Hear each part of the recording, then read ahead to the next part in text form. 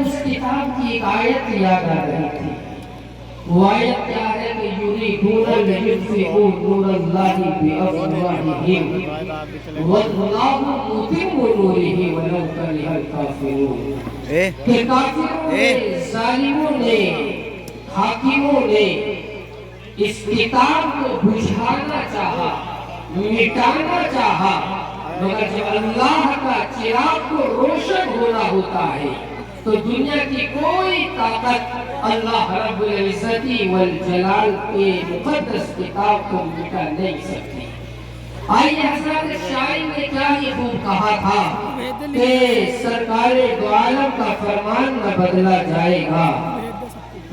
سرکار دو عالم کا فرمان نہ بدلا جائے گا. طاقت کے کبھی بلبوتے پر قرآن نہ بدلا جائے گا. سرکار دو عالم کا فرمان نہ بدلا جائے گا. طاقت کے کبھی بلبوتے پر قرآن نہ بدلا جائے گا. اور دلی میں منسٹر تو ہر روز بدلتے ہیں لیکن اجمیر میں بھارت کا سلطان نہ بدلا جائے گا.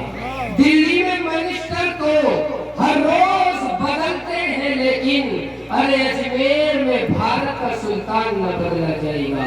حضرات وہ کتاب کہ جب اس کتاب کی تلاوت ہو رہی تھی کہ گویا یوں لگ رہا تھا کہ حضرت اقدس حضرت قاری صاحب ہمارے دلوں کی صفائی کر رہے تھے. حضرت شعر یاد آتا ہے کہ کچھ ضروری تو نہیں جان بچائے رکھنا، جان سے بڑھ کے ہے ایمان بچائے رکھنا.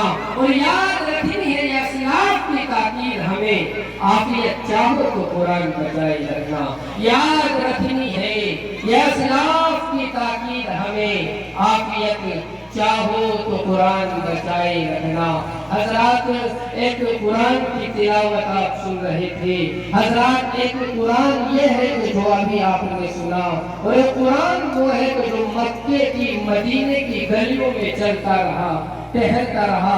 حضرات یہ کتاب بھی مقدس، حضرات وہ قرآن بھی مقدس، حضرات یہ قرآن بھی بالا، وہ قرآن بھی بالا، یہ قرآن کی عظمت، وہ قرآن کی عظمت. حضرات مگر فرق یہ ہے کہ اس قرآن کی سطریں کالی ہے، اس قرآن کی زلفیں کالی ہے. حضرات مجھے کہنے دیجئے کہ جو اس قرآن کو پڑھے وہ قاری بنتا ہے، اور جو اس مکے کے مدینے کے قرآن کو پڑھے وہ صحابی بنتا ہے.